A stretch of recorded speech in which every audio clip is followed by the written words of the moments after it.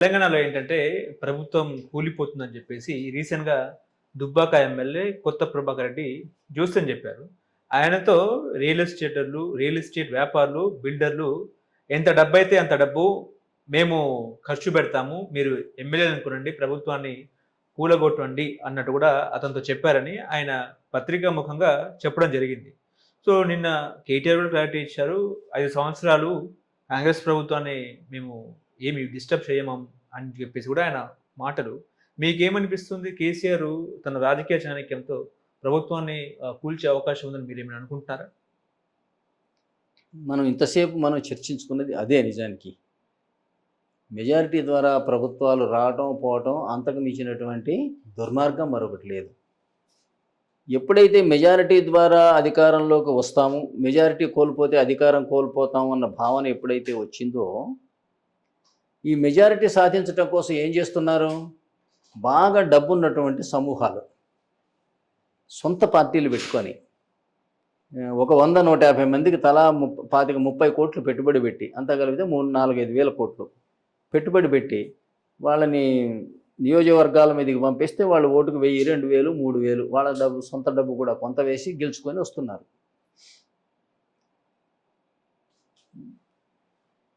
అధికారం మాకు వచ్చింది, ప్రజలు మాకు మెజారిటీ ఇచ్చారన్న పేరుతో రాష్ట్రాలను చెరబట్టి పిండిపారేస్తున్నారు. ఏది మెజారిటీ వచ్చినోడు ముఖ్యమంత్రి అవుతాడన్నది భారతదేశానికి పెట్టినటువంటి దరిద్రం. నిజం చెప్పాలంటే ఇది భారతదేశాన్ని సర్వనాశనం చేసి తీరుతుంది.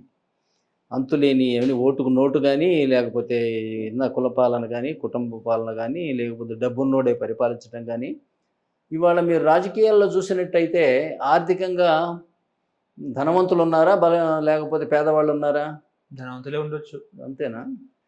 ఏమాత్రం ధనవంతులు ఒక్కొక్కడు అంతులేని ధనవంతుడైతే తప్ప ఈ రాజకీయాలు చేయలేరు. అందులోనూ ముఖ్యంగా పార్టీ అధినేతలు.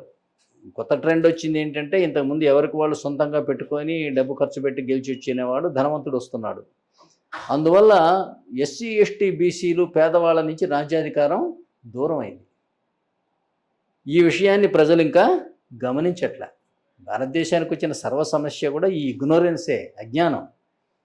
ఎందువల్ల ఎస్సీ, ఎస్టీ, బీసీ మరియు బడుగు బలహీన వర్గాలకి, పేదవాళ్ళకి అధికారం ఎందుకు రావడం లేదు అంటే, డబ్బు ఉంటేనే ఎన్నికలు, డబ్బు ఉంటేనే అధికారం, లేకుంటే లేదు. అందువల్ల ఇవాళ బడుగు బలహీన వర్గాలకి అన్యాయం జరుగుతున్న సంగతి మనం గమనించాలి. ఇప్పుడు మీరు అన్న దాంట్లో ఒక వాస్తవం ఉంది కదండి. ఇది చివరికి ఎక్కడికి దారితీస్తున్నది? ఒక్కొక్క పెద్ద పెద్ద వ్యాపారస్తుడు తనకు తాను కాకుండా ఒక జిల్లా బాధ్యతలు మొత్తం తీసుకుంటాడు. మా జిల్లాలో ఉన్న 12 మందిని 15 మంది నేను గెలిపించుకొస్తా, 15 మందికి అవసరమైన తలా 20 కోట్లు పెట్టుబడి నేను పెడతా, 300 కోట్లు గెలిస్తే నాకు మంత్రి పదవి ఇస్తావా? ఇది అగ్రిమెంట్. లేదా అది కాకుండా మీకు కూడా పార్టీకి ఏమైనా కావాలంటే కొద్దిగా ఇస్తా, కానీ నాకు పార్టీ అధికారంలోకి వస్తే మరి మాకు ఇచ్చే బిజినెస్లు మాకు ఇవ్వాలి, ఏజెన్సీలు ఇవ్వాలి, వ్యాపారం ఇవ్వాలి, కాంట్రాక్ట్లు ఇవ్వాలి, నాకు మంత్రి పదవి ఇవ్వాలి, నేను చెప్పిన వాళ్ళకి మంత్రి పదవి ఇవ్వండి. ఈ కాంట్రాక్టులతో ఏమవుతున్నదంటే అత్యధిక ధనవంతులు ఇవాళ చట్టసభల్లో కూర్చుంటున్నారు. కూర్చొని ప్రజలకు ఏం చెప్తారు అంటేనేమో, మీకు ఏదో ఒక ఉచితం పంపిణీ చేస్తాం, 55 ఏళ్ళు దాటితే పెన్షన్ ఇస్తాపో, విడాకులు ఇస్తే నెలకు 3000 ఇస్తాపో, భార్యకి సింగిల్ ఉమెన్ విడాకులు ఇస్తే నెలకు 3000 ప్రోత్సాహకం ఇవ్వటానికే సిద్ధపడే ప్రజలు. వితంతు అంటే ఏంటి? ఇవాళ కావాల్సినటువంటి గుడుంబాలు దొరుకుతున్నాయి, సరైన ట్రీట్మెంట్ లేదు, అనేక రకాలుగా ప్రజలు అర్ధాంతరంగా ఇవాళ చనిపోతున్నారు. సరే, అటువంటి వాళ్ళకి కొంతమంది వికలాంగులు లాంటి వాళ్ళకి హెల్ప్ చేయాల్సిన అవసరం ఉంది, మాట కరెక్టే. కానీ అనేక రకాల మనం బంధులు అనేక రకాలైన ఉచితాలు పంపిణీ చేసిన అవసరం ఉన్నా లేకపోయినా, తమిళనాడులో మీరు చూస్తే గ్రైండర్లు, మిక్సీలు, స్కూటర్లు, టీవీలు ఏది పడితే అది అక్కడ పంచుతుంటారు. వాషింగ్ మిషన్ ఇట్లా పనిచేసి ఏంటంటే ప్రజలను కూడా ఎన్నికలు ఎప్పుడు వస్తాయా అని ఎదురు చూసే స్థాయికి తీసుకొచ్చారు. ఇస్తామన్నారు, ఇక్కడ తులం బంగారం ఇస్తామన్నారు. తులం బంగారం ఇప్పుడు అనేక తులం బంగారము, స్కూటీలు. ఇప్పుడైనా ఏ ఒక్క పార్టీ స్కీములను మనం విమర్శించే కన్నా జనరల్ ట్రెండ్ జరుగుతున్నది ఇది. ప్రజలను ఏంటంటే ఈ అవినీతిలో భాగస్వాములు చేస్తున్నారు. కావలసినంత అధికారంలోకి రాగానే అనేక రకాల పన్నులు వేయటం, పన్నులు పెంచటం, తర్వాత అనేక రకాలుగా ప్రభుత్వ ఆదాయాలు పెంచి జనానికి పంచటం, అవసరం ఉన్నా లేకున్నా, తద్వారా అధికారంలోకి రావటం, వచ్చి వాళ్ళకు కావాల్సింది వాళ్ళు.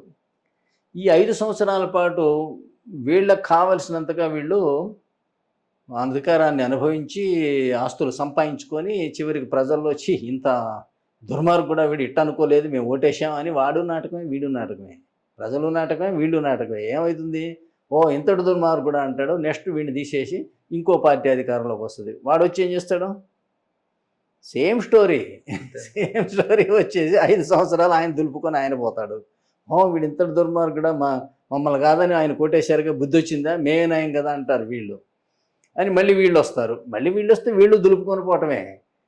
కాకపోతే ఏంటంటే ప్రజల మెమరీ ఏంటంటే చాలా తక్కువ, ప్రజల జ్ఞాపక శక్తి తక్కువ. ఇవాళ మీరు చెప్పండి, గత 5 సంవత్సరాల క్రితం ఎన్ని మానభంగాలు జరిగినాయి, ఏ ఊరిలో జరిగినాయి, ఎలాంటి సంఘటన జరిగింది, ఎవరికైనా జ్ఞాపకం ఉంటుందా? ఆ బాధపడ్డోళ్ళకే బహుశా ఫోన్లే, వీళ్ళకి క్షమించే గుణం ఎక్కువ. సావని ఏం చేస్తాం, చేసినోడు దుర్మార్గుడు, పట్టుకొని పోలీసు వాళ్ళది ఏం లేదు, పాపం వాళ్ళు ఏం చేస్తారు. ఇట్లా ప్రజలకి జ్ఞాపక శక్తి తక్కువ, క్షమించే గుణం కూడా ఎక్కువ. లాకప్ డెత్ కూడా అయినాయి ఖమ్మంలో, చాలా జరిగినాయి. వీళ్ళు వచ్చి రైతులకు బేడీలు లేదని వీళ్ళు అంటారు, రైతుల మీద లాఠీ చీర్ చేయలేదని వాళ్ళు అంటారు. ఇద్దరు అంటారుగా, ఇద్దరు చేస్తారు, అనుమానం లేదు. ప్రజలు ఏంటంటే వాళ్ళ సమస్యలతో కొట్టుమిట్టాడుతున్నారు, రోడ్ల మీదకి రాక తప్పదు. వచ్చినప్పుడు వీళ్ళైనా లాఠీ చార్జే, వాళ్ళైనా లాఠీ చార్జే.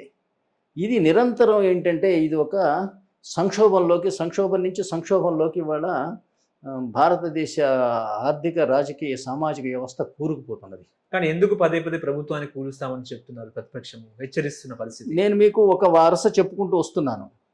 మొదల డబ్బున్నోళ్ళు ఎన్నికల్లో గెలుచుకుంటూ వచ్చేవాళ్ళు, ఇప్పుడు అంతకన్నా ఏంటంటే ఒక 10-15 మందిని ఫైనాన్సింగ్ చేసి గ్రూపులను గెలిపించుకొచ్చేవాళ్ళు తయారయ్యారు.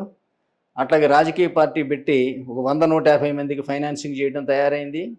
ఇప్పుడు కొత్త సమస్య ఏమొస్తుందంటే, బాగా డబ్బు ఉన్నటువంటి పెద్ద ధనవంతమైనటువంటి వ్యాపారస్తులు, అదానిలా అంబానీలా తెలియదు వాళ్ళు చేస్తున్నారని నేను అంటలే, అట్లాంటి వాళ్ళు అంత డబ్బు ఉంటే, లేదా పోనీ ఈ అమెరికా గూగుల్ వ్యవస్థ, లేకపోతే చైనా దగులుబాజీ వ్యవస్థ, మొత్తానికి ఎవరో ఒకళ్ళు ఒక 50 మంది ఎమ్మెల్యే, 30 మంది ఎమ్మెల్యేలు ఇటు పిలిచి, ఇప్పుడు కాంగ్రెస్ నుంచి ఉందనుకో, ఇక్కడ 30 మందిని పిలిచి మీ అందరికి 100 కోట్లు, 3000 కోట్లు మీరు పోండి టీఆర్ఎస్ పార్టీలోకి అన్నాడు అనుకోండి, జరగదా అంటే 1/3 కన్నా ఎక్కువ పోతున్నాం కదా, 100 కోట్లు వస్తున్నాయి కదా, ఇందులోంచి మళ్ళీ కొంతమంది మంత్రి పదవులు కూడా ఇస్తారు కదా.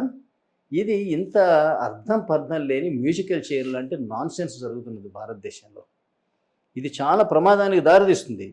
ఇది జరగలేదా అంటే, స్వాతంత్రం జరగకముందు ఈస్ట్ ఇండియా కంపెనీ చేసిన పని ఇదే కదా. ఒక్కొక్క రాజు పక్షం వహించి అతనికి కావాల్సిన సాయుధ సంపత్తి, సైనిక సంపత్తి అందజేసి ఎదుటివాడితో యుద్ధంలో పాల్గొని గెలిచినందుకు అందులో నుంచి కొన్ని జిల్లాలు ఫీజు కింద తీసుకునేవాళ్ళు ఈస్ట్ ఇండియా కంపెనీ వాళ్ళు. ఇప్పుడు కూడా అదే జరుగుతుంది. ఒక్కొక్క పార్టీని సపోర్ట్ చేయాలి అంటే ఈ పెద్ద ఫారిన్ వ్యాపార సంస్థలు కానీ, లేకపోతే స్థానిక వ్యాపార సంస్థలు కానీ రంగంలోకి దిగి వీళ్ళకి పెట్టుబడులు పెడతాయి. అటువంటి ఆర్థిక వ్యవస్థల యొక్క మద్దతు లేని వాళ్ళు, రాజకీయ పార్టీలు బతికి బట్టగట్టే అవకాశం ఉందా? లేదు. వాడేమో ఎలక్షన్లో 50 కోట్లు ఖర్చు పెడతాడు, నువ్వు నేను నిలబడితేనేమో జేబులో 1,00,000 రూపాయలు పెట్టుకొని తిరిగితే ఎవడేస్తాడు ఓటు? దీనివల్ల ఏమవుతున్నదంటే, డబ్బున్నోళ్ళ నుంచి అధిక ధనవంతుల్లోకి, దాని నుంచి కార్పొరేట్స్ చేతుల్లోకి, దాని నుంచి విదేశీ సంస్థల చేతుల్లోకి భారత రాజకీయ వ్యవస్థ పోయి తీరుతుంది. అట్లాగే మన చాలా వరకు పత్రికా రంగం ఫారినర్స్ చేతుల్లోకి పోయిందని అంటున్నారు. అట్లాగే మనం వాళ్ళని అప్పుడేమో బ్రిటిష్ గో బ్యాక్ అని వాళ్ళనేమో గో బ్యాక్ అని వాళ్ళని వెళ్ళగొట్టాం, ఇప్పుడేమో కమ్ బ్యాక్ అని మళ్ళీ పిలుచుకుంటున్నాం. ఎందుకు వెళ్ళగొట్టాం, ఎందుకు పిలుస్తున్నాం? ఇప్పుడు ఆంధ్ర వాళ్ళు ఇక్కడ ఆస్తులు సంపాదిస్తున్నారు, పెట్టుబడి అని చెప్పి వీళ్ళని వెళ్ళగొట్టాం. వీళ్ళని వెళ్ళగొట్టి ఆంధ్ర వాడిని ఎందుకు వెళ్ళగొట్టాం, అమెరికా వాడిని ఎందుకు ఆహ్వానిస్తున్నాం? ఇప్పుడు తీరా వాళ్ళు వచ్చిన తర్వాత ఈ దేశం, హైదరాబాద్ నగరం మొత్తం వాళ్ళ వ్యవస్థలు బ్రహ్మాండంగా వచ్చినాయి. ఒక్కొక్కడు 40-50 అంతస్తుల బిల్డింగులు కట్టి బ్రహ్మాండమైన ఎయిర్ కండిషన్డ్ ఆఫీసులు పెట్టి స్టాఫ్ని పెట్టి వాళ్ళు తిరగటం కోసం కార్లు పెద్ద పెద్ద రోడ్లు వేస్తారు, మీరు పెద్ద పెద్ద మాల్స్ వస్తాయి.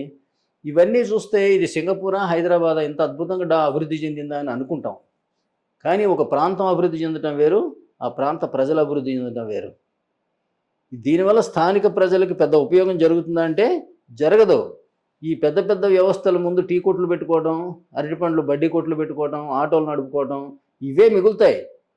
మీకు నిజంగా మీరు సమతౌల్యమైనటువంటి ఆర్థిక అభివృద్ధి జరగాలి అంటే మీరు స్థానిక వనరులను వాడాలి, స్థానిక పెట్టుబడిదారులను ప్రోత్సహించాలి, స్థానిక శ్రామికులను ప్రోత్సహించాలి, స్థానిక ముడి సరుకులను ఉపయోగించాలి, స్థానిక టూరిజం వాడుకోవాలి. పర్యాటక రంగం కూడా ఇక్కడే మిగిలిపోతుంది, అది వేరే వాళ్ళ చేతికి పోతుంది. ఇవి కాకుండా ఏంటంటే మనం ఊరికే ఫారినర్స్ పోయి వాళ్ళని పిలుచుకొచ్చి ఇక్కడ ఇండస్ట్రీస్ పెడితే ఏంటంటే వాళ్ళు క్రియేట్ చేసే పొల్యూషను, ఏది ఐటీ వేస్టేజెస్ కానివ్వండి, లేకపోతే వాళ్ళు ప్రొడ్యూస్ చేసే అదర్ మనకి పొల్యూషన్స్ కానీ ప్రజలకు భరించలేని పరిస్థితికి పోతాయి. ఇవాళ చైనాలో వాళ్ళు వేస్టేజ్ ఏం చేస్తున్నారు, ఎక్కడ ఏ దేశం కళ్ళు మూసుకుని ఉంటే వాళ్ళ రేవుల దగ్గర పోయి అవి బారేసి వస్తారు. చివరికి ఏంటంటే మనం ఇక్కడ విదేశీ సంస్థలు పెట్టుబడులు పెట్టి డబ్బు సంపాదించింది అనుకోండి, వాళ్ళు స్థానికులు ఎవరు, వాళ్ళు ఈ డబ్బంతా తీసుకొని మళ్ళీ వాళ్ళు ఏ రాష్ట్రానికి చెందున్నారో ఏ దేశానికి చెందున్నారో అక్కడికే పట్టుకెళ్తారు. అందువల్ల మనకు మిగిలేది ఏంటంటే పొల్యూషన్ ఉంది, వాళ్ళు వేసే చిల్లర డబ్బులు ఉంటాయి చిన్న చిన్నవి, అవి మిగులుతాయి. అందువల్ల ఇది సమగ్ర అభివృద్ధి కానీ లేకపోతే సమతౌల్యమైనటువంటి అభివృద్ధి కానీ కాదనేది నా అభిప్రాయం. దీనివల్ల ముఖ్యంగా అది ఇక్కడ ఎందుకు సందర్భం వచ్చింది అంటే ఇటువంటి ప్రస్తుతం ఏదైతే మెజారిటీ ఉన్నోడు ముఖ్యమంత్రి అవుతాడన్న అభిప్రాయం వచ్చిందో, ఈ మెజారిటీ కోసం రియల్ ఎస్టేట్స్ రంగంలోకి దిగి ఎమ్మెల్యేని కొని వాళ్ళకు అప్పచెబుతారని మీరు అదే కదా పెట్టిన ఎలిగేషను. రియల్టర్లు దిగి ఎమ్మెల్యేలను కొని మాకు అప్పచెబుతారు. ఇంతకన్నా దివాలాకోరు భావజాలం కానీ ప్రభుత్వ మార్పు చేర్పుడులు కానీ ఇలా ఉంటే ఈ దేశాన్ని భగవంతుడు కూడా రక్షించలేడు, నేను చెప్తున్నాను. ఓకే.